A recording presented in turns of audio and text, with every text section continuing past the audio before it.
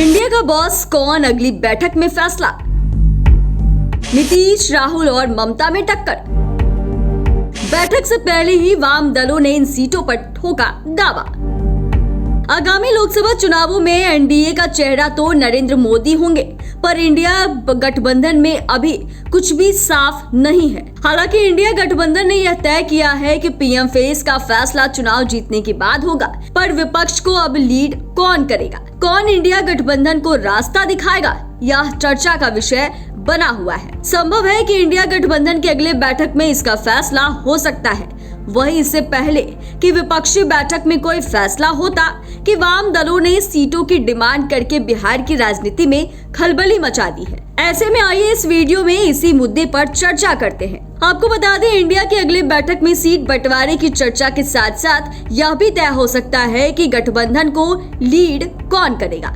देखें तो इसके लिए 3 नामों की खूब चर्चा है। इसके लिए सबसे बड़ी टक्कर नीतीश कुमार और राहुल गांधी के बीच होता दिख रहा है। यहाँ राहुल गांधी के लिए मुश्किल यह है कि पार्टी के ही कई नेता नीतीश कुमार के लिए आवाज बुलंद करते नजर आ रहे हैं। देखें तो जदयू तो कई बार कह चुकी है कि नीतीश कुमार ही गठबंधन का विश्वसनीय चेहरा है। पार्टी का कहना है कि अब इंडिया को नीतीश कुमार के अनुसार चलना चाहिए।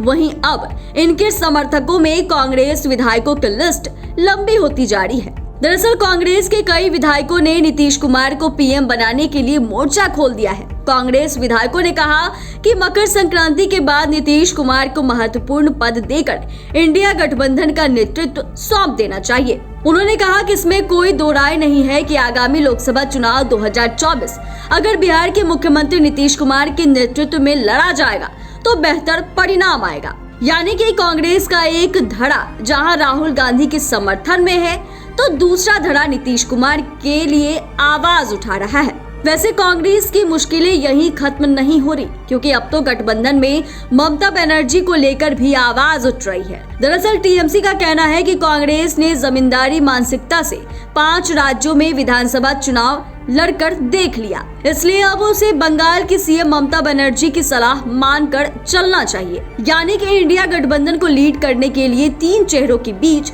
महाटक्कर होता दिख रहा है। हालांकि नीतीश कुमार के लिए फायदे की बात यह है कि इनके समर्थकों में अपनी पार्टी के साथ साथ कई कांग्रेसी नेता भी शामिल हैं। ऐसे में अगली बैठक में इस पर कोई फैसला होता है या नहीं, इस पर सभी की नजरें रहेंगी।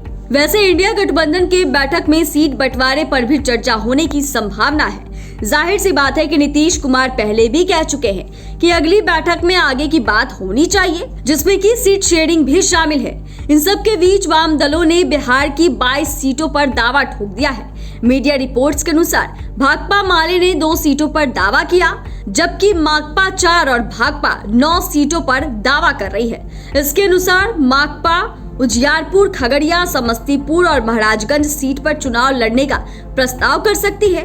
वहीं भाकपा बांका, बेगूसराय, भागलपुर, पश्चिमी चंपारण, पूर्वी चंपारण, बक्सर, नालंदा, पटना साहिब और मुंगेर के लिए मांग कर सकती है। इसके अलावा भाकपा माले की ओर से सिवान, आरा, काराकट, जहानाबाद, पाटलिपुत्र, कटिहार, वाल्मीकि नगर, बक्सर व समस्तीपुर सीट पर चुनाव लड़ने के लिए मांग की जा सकती है। जाहिर सी बात है कि वाम दलों की डिमांड को देख महागठबंधन में खलबली मच सकती है, क्योंकि कई सीटों पर अभी जदयू के सांसद हैं। वहीं 22 सीटें अगर वाम दलों को मिल जाएगी तो जदयू, राजद और कांग्रेस के हिस्से में क्या आएगा। यानी कि इंडिया के अगले बैठक में जहां आपको लीड करने वाले नेता को लेकर काफी तकरार होने की संभावना दिख रही है, तो वहीं जिस तरह से वाम दलों ने सीटों की बड़ी डिमांड रखी है, उसको देखकर महागठबंधन में भी हलचल तेज हो सकता है। अब देखना यह है कि इंडिया के अगले बैठक में किस किस मुद्दे पर फैसला होता है।